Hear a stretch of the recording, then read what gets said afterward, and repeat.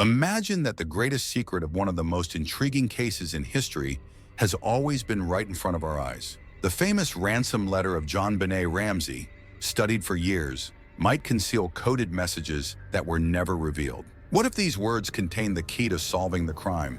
You won't believe what has been discovered. Imagine this with me. You are in a cozy house decorated for Christmas, the lights softly blinking while snow falls outside. The atmosphere is joyful, an ordinary night for a family that seemingly had everything.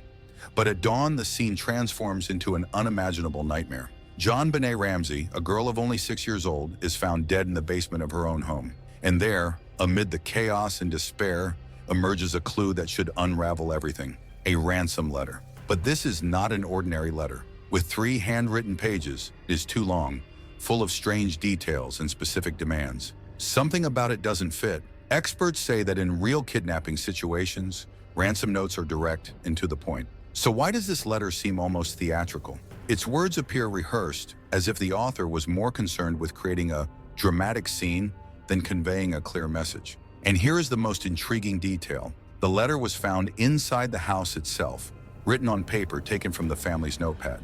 This raises a question that echoes to this day. Who wrote these words? Was it a stranger?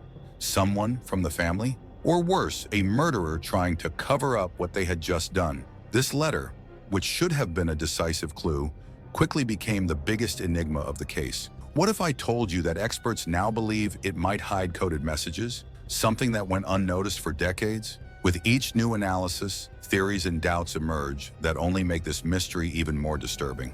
And this is where things get even stranger. Did you know that the ransom letter demanded exactly $118,000? It seems like a random number, right? But it's not. This amount was almost identical to the Christmas bonus that John Ramsey, JonBenét's father, had received that year. Now think carefully. Who besides someone close to the family would know this detail? Furthermore, the language used in the letter is full of strange references, almost as if it were taken from a movie script. Expressions like, "Don't try to be smart," and "respect our demands" don't sound like something someone in panic would write. They have a calculated, almost theatrical tone. A later analysis revealed that some of these phrases appear in popular suspense and action movies of the time. Could the author have been deliberately trying to imitate a movie criminal? And there's more. The letter was written with a pen from the Ramsey household itself. This means the author spent enough time inside the house to find the notepad, write 3 entire pages, and still leave without being caught. This defies the logic of a hurried intruder. Could it be possible that this letter was an attempt to divert attention, a way to create confusion and delay the investigation? When the handwriting of the letter was analyzed, things became even more complicated. Investigators collected samples from all family members and close associates. Although no exact match was found, there were disturbing similarities in Patsy Ramsey's handwriting, JonBenét's mother. Patsy repeatedly denied any involvement, but doubt remains. Was the letter really written by a stranger, or was it an elaborate theater to cover up something even darker? The biggest problem in the JonBenét Ramsey case has always been the confusion. From the moment the police arrived at the house, the crime scene was compromised. Relatives and friends wandered freely around the house, touching objects, potentially erasing crucial evidence. And at the center of all this was the letter, a piece that should provide answers, but instead raised even more questions. The FBI has already stated that ransom letters are generally short and direct, but this one, with its 3 pages, was a glaring exception. Who writes so much in an emergency situation? Experts point out that the author seems to be trying to buy time, perhaps waiting for the Ramseys to read the letter before taking any action. But why? Another critical point is the choice of words. The letter alternates between threats and almost gentle phrases, creating a confusing and contradictory tone. It's as if the author wanted to appear cruel, but didn't exactly know how to do it. Additionally, the time required to write such a long letter inside the house raises another important question. Where were the family members while this was happening, and how did no one notice? During the investigation, the Ramseys always claimed innocence, but the letter ended up becoming a symbol of the doubt surrounding them. For some, it is proof that an outsider entered the house that night. For others, it is a clue that something much more complex happened inside. And now, decades later, the letter continues to intrigue experts and amateurs alike. Recently, new technologies in linguistic and handwriting analysis have begun to be applied to the case. Could these modern methods finally reveal who wrote those words? Is science on the verge of solving what, to this day, seems impossible to understand? Imagine the scene. It's early morning. The house is completely silent except for the hurried footsteps of someone who shouldn't be there. Upstairs, a family sleeps, completely unaware of what is about to happen. And downstairs, someone grabs a notepad. The person hesitates as if trying to organize their thoughts. Then they start writing. There is no rush, no panic, just an almost meticulous focus on every word that appears on the paper. What makes this scene so disturbing is the calmness with which the letter was written. 3 entire pages with elaborate sentences, strange references, and a tone that seems to flirt between threatening and theatrical. Can you imagine this? The author of this letter did not seem afraid of being interrupted.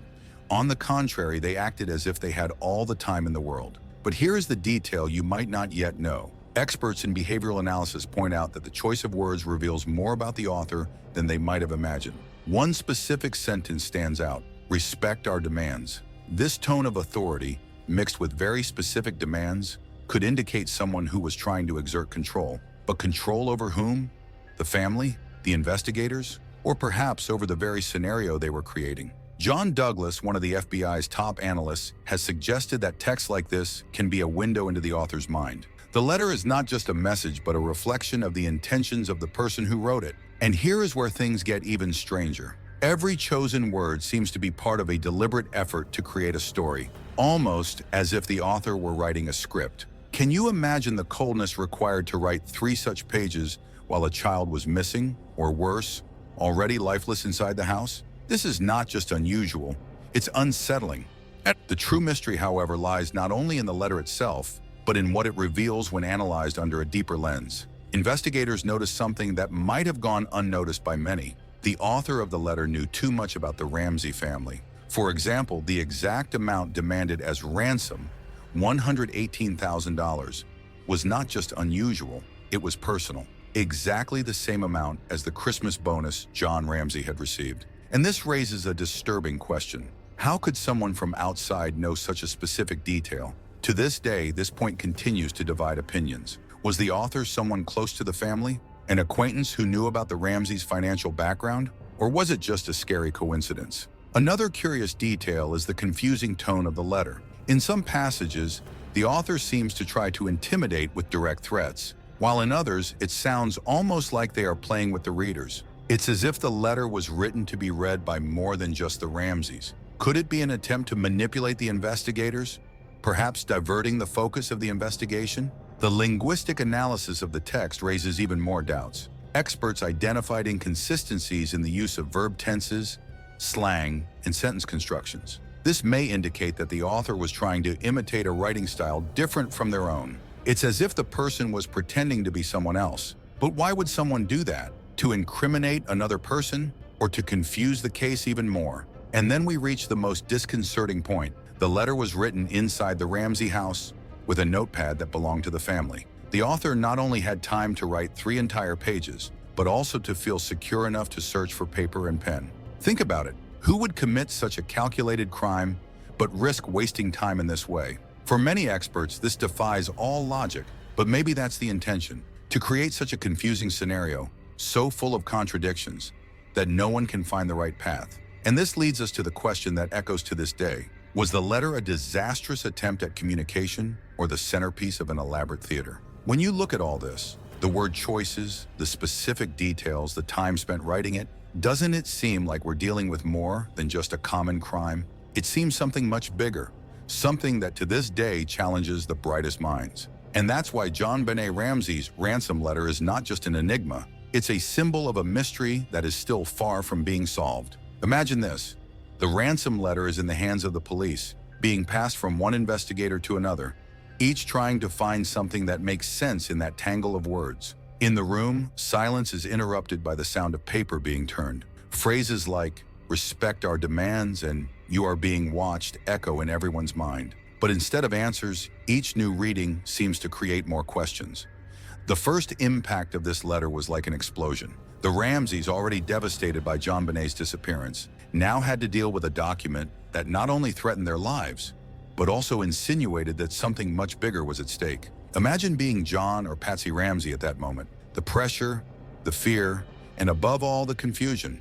Who would write such a long letter, so full of details, at a moment that should require speed? Who would have time for that? Now let's go back to the crime scene. The letter was found on the house's staircase, a place that was not only visible, but carefully chosen. It's almost as if the author wanted to ensure it would be seen before anything else. This was not by chance. The choice of location, the threatening tone, and the personal details point to someone who was not just interested in committing a crime.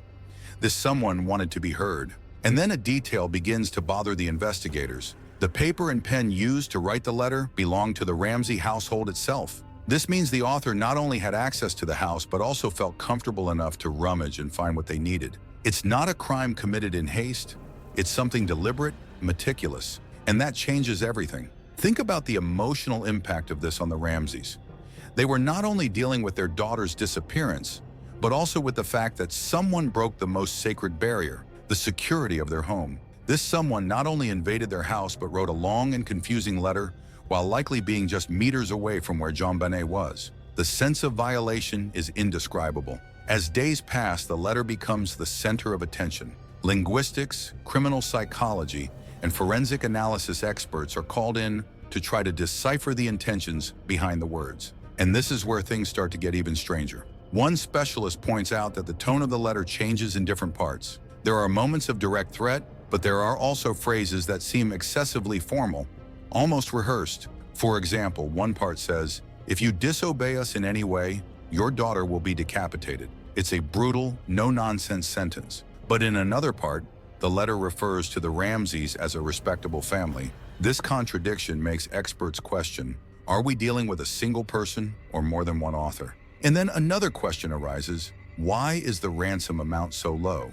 $118,000, an amount that, for a millionaire family like the Ramseys, seems almost insignificant. This does not fit the profile of a common kidnapper. Is it a symbolic amount, a provocation, or perhaps an attempt to divert attention from something bigger? Investigators begin to compare the case with other famous crimes. They recall the Zodiac Killer, whose coded messages were full of clues that confused more than they helped, and also the Unabomber, whose manifesto ended up being the key to his capture. The pattern is clear. Criminals who leave messages usually have a desire for control. They want to manipulate the narrative.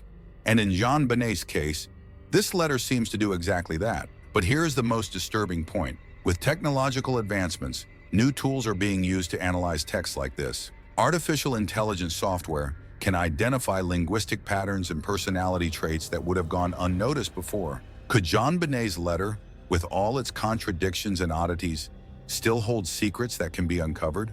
At the same time, the Ramsey family continues to deal with the weight of all these suspicions. Imagine being in their place, watching the police dissect every word of that letter while the world accuses them of something they insist they didn't do. The desperation and frustration are almost palpable. And that's what makes this case so unique. The letter is not just evidence. It is a character in itself, full of secrets, contradictions, and mysteries. It leads us to question not only who wrote it, but why. What was the ultimate goal?